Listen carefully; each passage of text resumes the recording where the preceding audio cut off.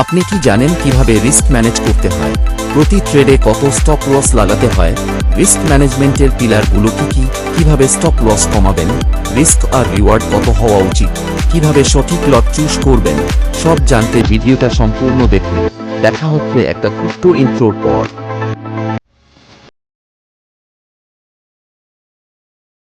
আজকে আমরা শিখব কিভাবে একজন ভালো ট্রেডার হওয়া যায়।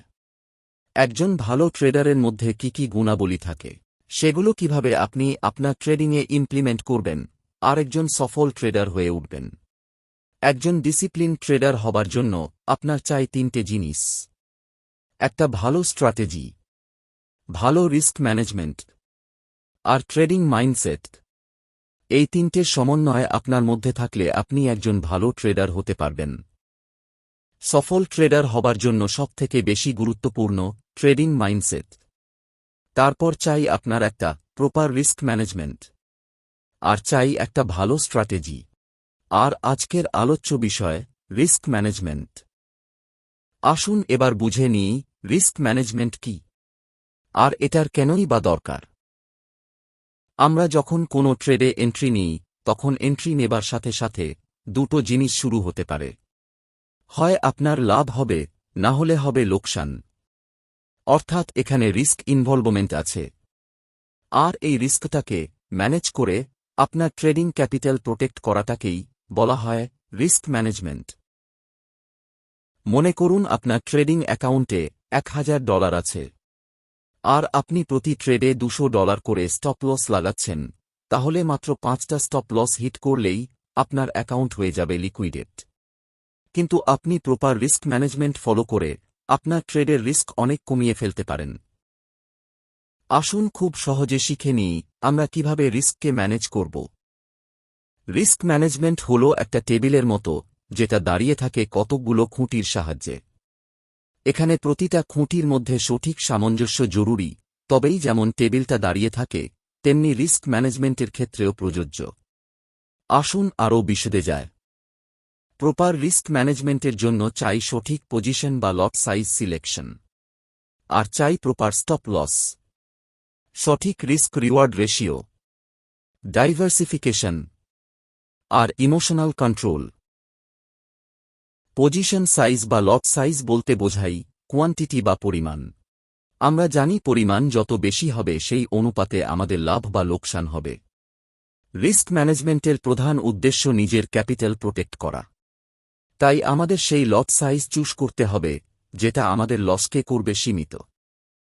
বড় বড় ট্রেডারদের মতে প্রতি ট্রেডে 1 থেকে 2% বেশি রিস্ক নেওয়া উচিত নয়। স্টপ লস হল পূর্ব নির্ধারিত একটা প্রাইস লেভেল। মার্কেট যদি আপনার ট্রেডের বিপরীতে চলে যায়, তাহলে সেই লেভেলে প্রাইস পৌঁছে গেলেই আপনার ট্রেড অটোমেটিক ক্লোজ হয়ে যাবে।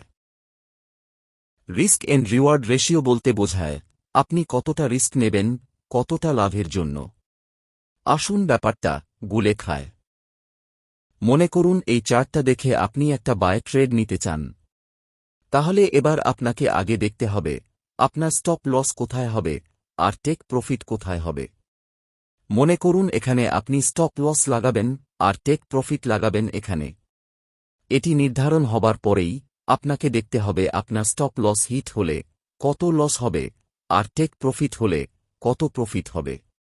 মনে করুন এই ক্ষেত্রে দেখলেন প্রফিট হলে $40 হবে আর স্টপ লস হিট করলে $20 লস হবে। মানে লসকে যদি 1 ভাগ ধরি তাহলে লাভ তার থেকে 2 ভাগ। অর্থাৎ এই ক্ষেত্রে রিস্ক রিওয়ার্ড 1:2 রেশিও হল। একইভাবে লাভ যদি $100 হতো আর লোকসান যদি $50 হতো, তাহলেও রিস্ক রিওয়ার্ড রেশিও 1:2ই হতো। আবার যদি কোনো ক্ষেত্রে লাভ 100 হতো কিন্তু লস $20 হতো, তাহলে এবার কিন্তু রিস্ক রিওয়ার্ড রেশিও হতো 1:5, কারণ 20 থেকে 105 গুণ বেশি। এবার আপনার জন্য একটা কোশ্চেন: যদি লাভ হয় $36 আর লোকসান যদি $4 হয়, তাহলে এটা কত রিস্ক রিওয়ার্ড রেশিও হবে? উত্তর কমেন্ট করে জানান। মনে রাখবেন আমাদের প্রতি ট্রেডে রিস্কের থেকে রিওয়ার্ড অবশ্যই বেশি হতে হবে, তবেই আমরা ট্রেডে এন্ট্রি নেব। যদি দেখি রিস্ক আর রিওয়ার্ড সমান, অথবা রিস্ক রিওয়ার্ডের থেকে বেশি, তাহলে অবশ্যই সেই ট্রেডটি এভয়েড করুন। আপনাকে অবশ্যই মিনিমাম 1:2 রেশিও মেনটেইন করে ট্রেড করতে হবে। এইভাবে যদি আপনি প্রতি ট্রেড $10 স্টপ লস লাগান আর $20 টেক প্রফিট নেন, তাহলেও আপনার 6টা ট্রেড লস হলেও আপনি প্রফিটে থাকবেন। আপনার সঠিক ট্রেডের জন্য সঠিক ব্রোকার চুজ করাটাও খুব জরুরি। এর জন্য আমাদের পার্টনার ব্রোকার আপনাদের প্রোভাইড করে খুব কম স্প্রেড, কম অ্যামাউন্ট ডিপোজিট করেই ট্রেড করা সুবিধা, ফাস্ট ট্রেড এক্সিকিউশন আর চমৎকার কাস্টমার সাপোর্ট। আজকেই রেজিস্টার করুন আর ফ্রিতে অ্যাকাউন্ট খুলুন, লিংক পাবেন ডেসক্রিপশনে। এবার ডাইভার্সিফিকেশন। কখনোই একটা ট্রেডে সম্পূর্ণ ক্যাপিটাল লাগিয়ে দেবেন না।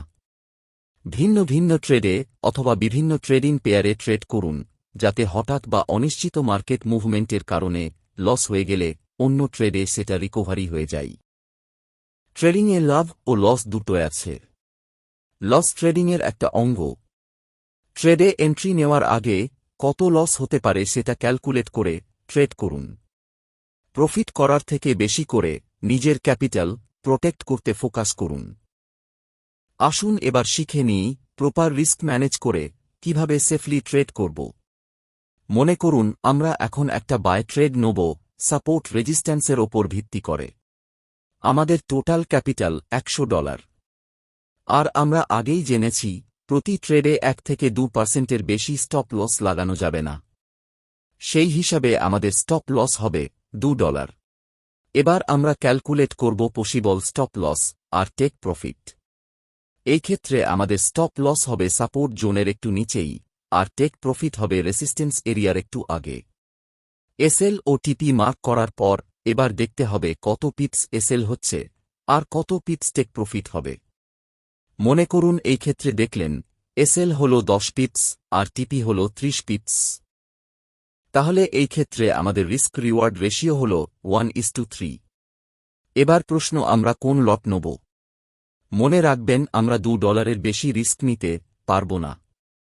তাই আমাদেরকে ক্যালকুলেট করতে হবে সঠিক লট সাইজ। আমরা যদি 1 স্ট্যান্ডার্ড লটে ট্রেড করি, তাহলে আমাদের পার পিপস লস হবে $10। সেই হিসাবে আমাদের 10 পিপস এসএল হিট হলে টোটাল লস হবে $100, যেটা আমাদের পুরো ক্যাপিটাল। অতএব এই লট চলবে না।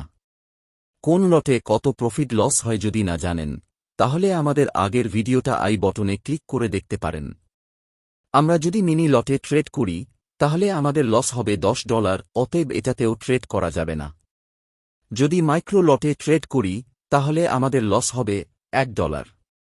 তাহলে আমরা যদি দুটো মাইক্রো লট মানে 0.2টি লটে ট্রেড নিই, তাহলে আমাদের লস হবে $2, আর এটা আমাদের জন্য হল সঠিক লট। আর এইভাবে আমরা ট্রেড নেওয়ার আগে নিজেদের রিস্ক ক্যালকুলেশন করব, আর তবেই ট্রেডে এন্ট্রি নেব। মনে রাখবেন, ফরেক্স ট্রেডিংয়ে বেঁচে থাকাই হল সফলতার প্রথম শর্ত। লাভ করার আগে লস কমানো শিখুন। যদি ভিডিওটি ভালো লেগে থাকে, তাহলে লাইক করুন, কমেন্ট করুন এবং চ্যানেলটি সাবস্ক্রাইব করুন। আপনার কোনো প্রশ্ন থাকলে নিচে জানান। দেখা হচ্ছে নেক্সট ভিডিওতে। Trade safely.